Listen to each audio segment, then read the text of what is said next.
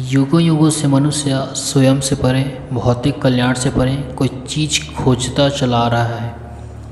ऐसी चीज़ जिसे हम सत्य, परमात्मा, यथार्थ या एक कालातीत व्यवस्था या एक कालातीत अवस्था के नाम से पुकारते हैं। ऐसी चीज़ जिसे परिस्थितियाँ, विचार या मानव भ्रष्टाचार छू तक न पाए। मनुष्य ने हमेशा यह प्रश्न पूछा है, आखिर यह सब है क्या? जीवन का कोई अर्थ भी है क्या? नज़र डालने पर वह देखता है कि चारों ओर क्रूरताओं, विद्रोहों, युद्ध, धर्म के अनंत विभाजनों, विभिन्न विचारधाराओं और राष्ट्रीयता का ही बोलबाला है। जीवन एक महाउपद्रव बनकर रह गया है। एक गहन आंतरिक कुंठा बोध से भरकर वह पूछ बैठता है, वह करे क्या? जिसे हम जीना कहते हैं वह चीज़ क्या है, और इससे भी परे कुछ है क्या? और हजार नामों वाली इस नाम रहित चीज़ को सदा खोजने पर भी न पाकर वह आस्था पैदा कर लेता है।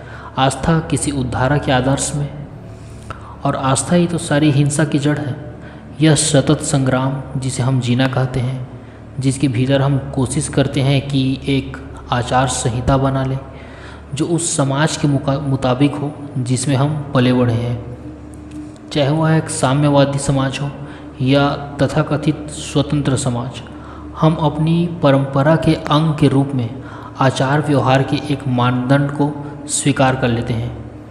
उस परंपरा के अधीन हम हिंदू, मुसलमान, ईसाई या जो कुछ भी हों, हम किसी व्यक्ति के भरोसे बैठे रहते हैं जो हमें बता दे कि कौन सा आचरण सही या गलत है, कौन सा विचार सही या गलत है, और दूसरे के बताए हुए इस नक्शे और ढांचे पर चलते चलते हमारे आचार और हमारे विचार यांत्रिक हो जाते हैं।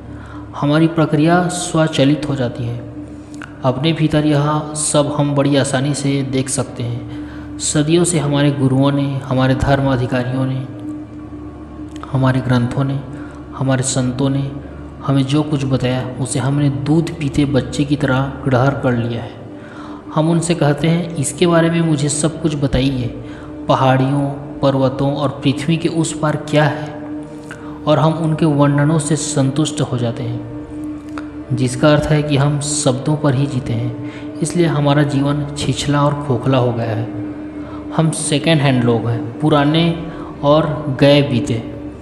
हमें जो बताया गया है हमने उसी पर जिया है, या तो अपने झुकावों, अपनी प्रवृत्तियों से निर्देशित होकर या परिस्थितियों एवं परिवेश द्वारा स्वीकार करने के लिए बाध्य होकर। सभी प्रकार के प्रभावों के ही हम परिणाम हैं, और हमारे भीतर कुछ भी नया नहीं, कुछ भी तो नहीं जिसे हमने अपने लिए खोजा हो। कुछ भी मौलिक नहीं, कुछ भी नहीं, साफ स्पष्ट नहीं। धर्म और इतिहास के पूरे इतिहासक्रम में हम धार्मिक नेताओं द्वारा आश्वस्त किए गए हैं कि अगर हम कुछ निश्चित कर्मकांडों को संपन्न करें, कुछ निश्चित प्रार्थनाओं या मंत्रों को दोहराएं, कुछ निश्चित नक्शों पर चलें, अपनी इच्छाओं का दमन करें, विचारों पर नियंत्रण करें, अपनी भावनाओं को सही दिशा और मार्ग दें, अपनी भूख को सीमित करें, यौन आचार से बचें, तो इस तरह शरीर और मन को पर्याप्त यातना देने के बाद हमें इस क्षुद्र जीवन के पार की कुछ प्राप्ति हो जाएगी। और यही तो युगों युगों से लाखों तथाकथित धार्मिक लोगों ने किया है। या तो अकेले किसी रेगिस्तान, पहाड़ या गुफा में जाकर, या एक भिक्षा पात्र लेकर गांव-गांव भटकते हुए, अथवा एक समूह के साथ एक मठ में सम्मिलित होकर एक पीटी पिटाई लीक पर चलने के लिए अपने मन को मजबूर करते हुए। लेकिन एक सताया हुआ मन, एक टूटा हुआ मन जो सब कलह, उपद्रव से पलायन करना चाहता है, जिसने बाहरी संसार को नकार दिया है और अनुशासन एवं नियमबद्धता के द्वारा मंद और जड़ हो गया है, ऐसा मन चाहे जब तक खोज में लगा रहे, यह जो कुछ पाएगा वह इसकी विकृतियों और तोड़-फोड़ का ही नतीजा होगा। तो यह खोज करने के लिए कि इस चिंताग्रस्त, दोषी, भयभीत, प्रतिस्पर्धात्मक जगत और अस्तित्व से परे सचमुच कुछ है या नहीं, मुझे ऐसा लगता है कि व्यक्ति के पास एक बिल्कुल ही भिन्न ढंग की दृष्टि और पहुंच होनी चाहिए। परंपरागत मार्ग रहा है परिधि से भीतर की ओर, कालक्रम में संसार त्याग और साधना द्वारा धीरे धीरे बढ़ते हुए उस आंतरिक पुष्प तक पहुंचना, उस आंतरिक सौंदर्य और प्रेम तक। वस्तुतः परंपरागत पद्धति का अर्थ है अपने को संकुचित, क्षुद्र और निकृष्ट बनाने के लिए हर संभव प्रयास करना, धीरे धीरे परत दर परत उघाड़ना, समय गंवाना, आज नहीं तो कल, नहीं तो अगला जीवन ही सही। और इस तरह अंत में जब आदमी केंद्र तक पहुंचता है तो वह वही पाता है कि वहाँ तो कुछ भी नहीं है। लकीर पीटते पीटते ही तब तक उसका मन असमर्थ, मंद और असंवेदनशील बन गया होता है। इस पूरे विधि विधान और प्रक्रिया को ध्यान से देखने के बाद व्यक्ति स्वयं से पूछता है क्या इस सब से अलग एक बिल्कुल ही भिन्न मार्ग नहीं हो सकता?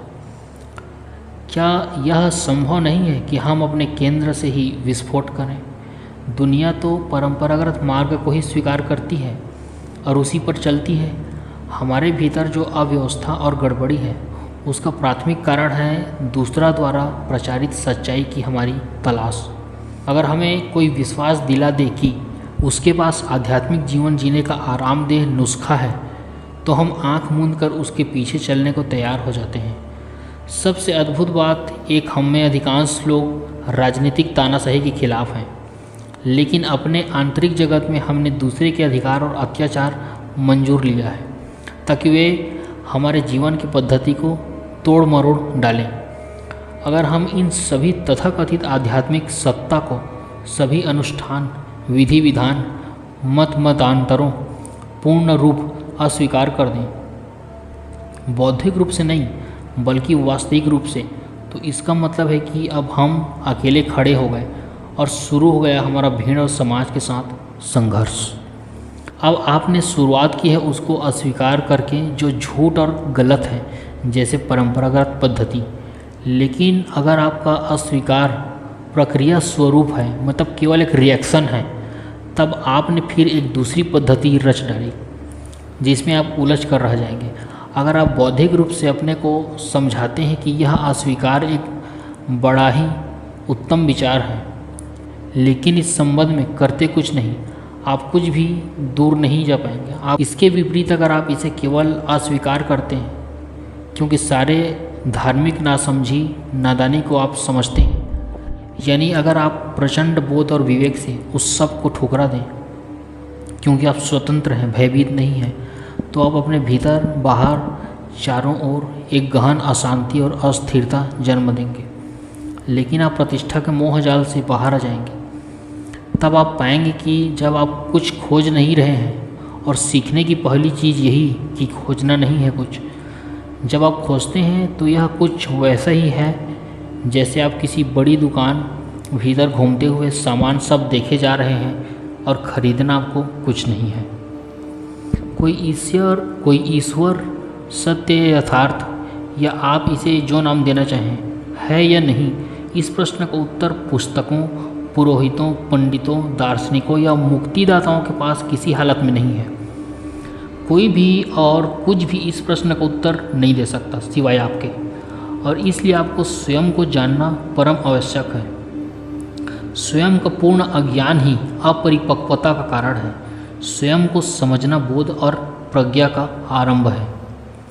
और आप स्वयं क्या हैं? मेरा मतलब है व्यक्ति के रूप में आप क्या हैं। मेरी समझ में मानव और व्यक्ति के बीच एक अंतर है। व्यक्ति एक स्थानीय हस्ती और सत्ता है, एक खास मुल्क में रहने वाला, एक खास संस्कृति, एक खास समाज, एक खास धर्म मजहब से संबंध रखने वाला।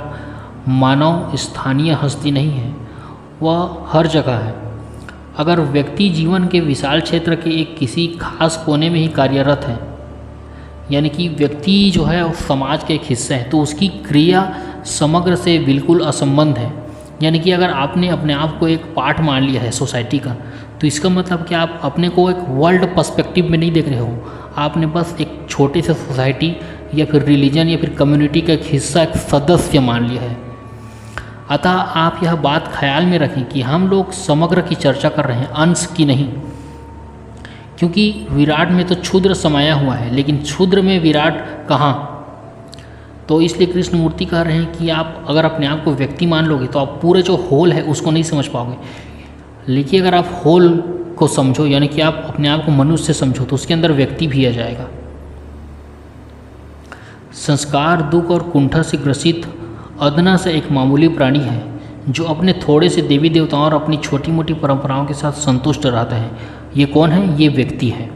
जबकि ऐसे मानव का लगाव तो संसार के समग्र कल्याण, समग्र दुख और समग्र अशांति से है।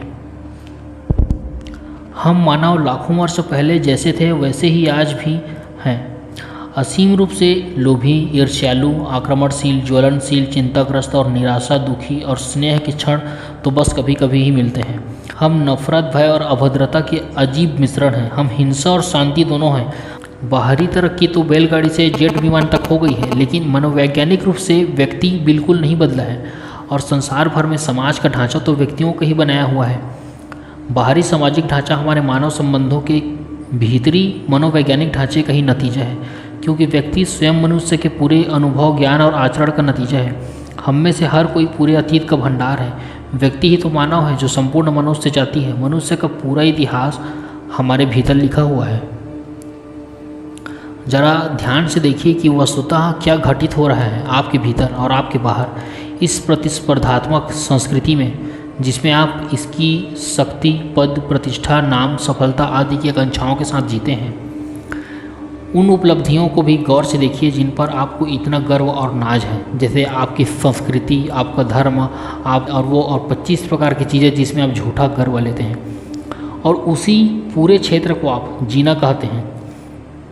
इसमें हर तरह के आपसी संबंधों में द्वंद्व मौजूद है जो नफरत, कट्टर विरोध, क्रूरता और अनंत युद्धों को पैदा करते हैं। यही क्षेत्र, यही जीवन, बस इतना भर हम जानते हैं। और अस्तित्व की इस वृहद लड़ाई को समझने में अपने को असमर्थ पाकर हम स्वभावतः इससे भयभीत हो जाते हैं और हर तरह के सूक्ष्म तरीकों और रास्तों द्वारा पलायन करना चाहते हैं। और हम इस ज्ञान से भी भयभीत हैं, मृत्यु का भय, कल के आगे का क्या है इसका भय, तो हम ज्ञात से भयभीत हैं और अज्ञात से भी। यही हमारा दैनिक जीवन है और इसमें कोई भी आशा नहीं है। और इसलिए हर तरह की दार्शनिक प्रणाली, हर तरह की धर्म, ईश्वर संबंधी धारणा जो है, यानी कि व्हाट इज़ की सच्ची हकीकत से एक पलायन के सिवा और कुछ नहीं है।